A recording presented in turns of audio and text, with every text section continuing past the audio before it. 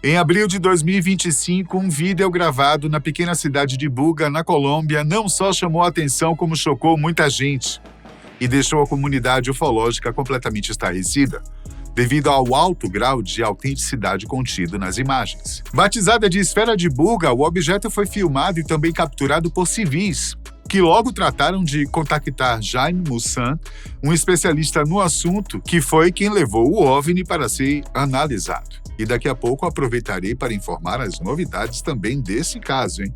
Mas agora, eu trago para você um novo evento, um novo enredo, envolvendo também uma esfera muito semelhante à de Buga, que desta vez foi registrada em vídeo na cidade de Iumbo, localizada no Vale de Cauca, na Colômbia, a cerca de 55 quilômetros ao sul de onde a primeira esfera foi gravada. No dia 10 de junho, um homem que trabalhava em uma plantação de cana-de-açúcar avistou um curioso movimento no céu, que estava bem claro e com poucas nuvens, o que permitiu que ele tivesse um vislumbre bem acentuado daquele objeto e não deu outra.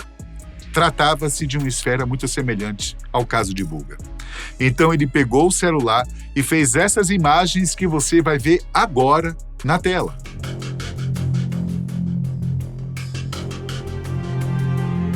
As imagens são, sem dúvida, extraordinárias. Nunca se obteve tanta clareza em um vídeo ou mesmo fotografias quanto nesses últimos casos ocorridos na Colômbia. E por isso mesmo há pessoas que contradizem a afirmação de se tratar de imagens autênticas. Mas de qualquer forma, até que se prove o contrário, né? E isso não aconteceu ainda. Tais objetos não parecem ser tecnologia humana. O que realmente impressiona é o fato de que, assim como a esfera capturada em Buga, essa de Iumbo tem as mesmas características, como a faixa frisada localizada no meio da esfera, isto é, em sua linha do equador, seu tamanho, seu formato e sua cor metálica. Não foi possível até o momento observar se as inscrições e os símbolos encontrados na esfera de Buga estão presentes também nessa última. Além da liberdade de voo e das manobras, bem como da velocidade variável, ora lenta, ora muito rápida, essa nova esfera desafia nossos conhecimentos sobre aviação, propulsão, aerodinâmica, gravidade e tudo o que for pertinente a flutuar e voar. Mesmo assim, há quem não acredite que elas sejam tecnologia não humana. O fato é que essa nova filmagem, apesar de ter sido capturada por alguém da indústria do álcool e do açúcar, e sem qualquer vínculo com governos e instituições de pesquisa ufológica, foi veiculada nas redes sociais de David Vélez, proprietário da Germany Company, empresa que já havia sido criticada no caso da esfera de Buga pela divulgação oportunista que fez. Essa atitude levantou suspeitas entre os céticos, que passaram a alegar que tudo aquilo não passava de uma campanha de marketing da Germany Company. Tudo em nome da autopromoção.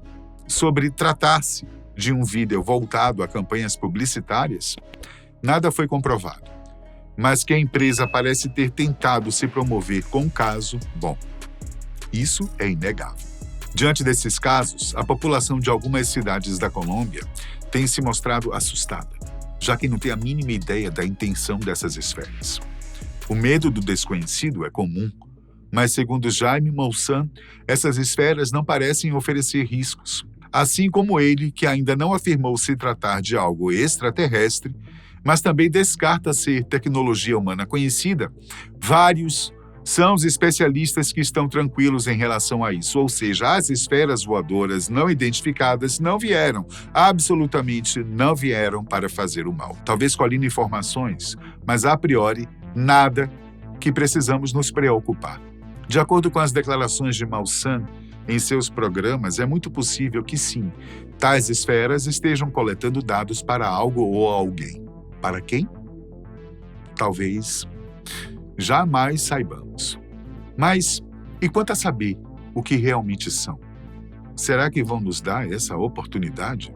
Atualmente, a esfera de Buga, a primeira a ser capturada no início deste ano, continua sendo analisada e até o momento o que se sabe sobre ela é o seguinte. É uma esfera que não apresenta sistema de propulsão visível ou conhecido, a não ser que fosse um balão cheio de hélio.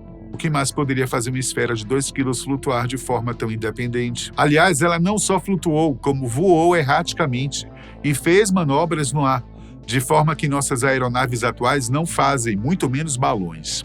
Bom, temos os drones, que são capazes de fazer grandes proezas enquanto voam, mas além de emitirem um som característico, como o zumbido de vespas, possuem também hélices propelentes que permitem ele decolar, voar, mudar de direção e pousar. E geralmente sob o comando de um radiocontrole manuseado por um humano.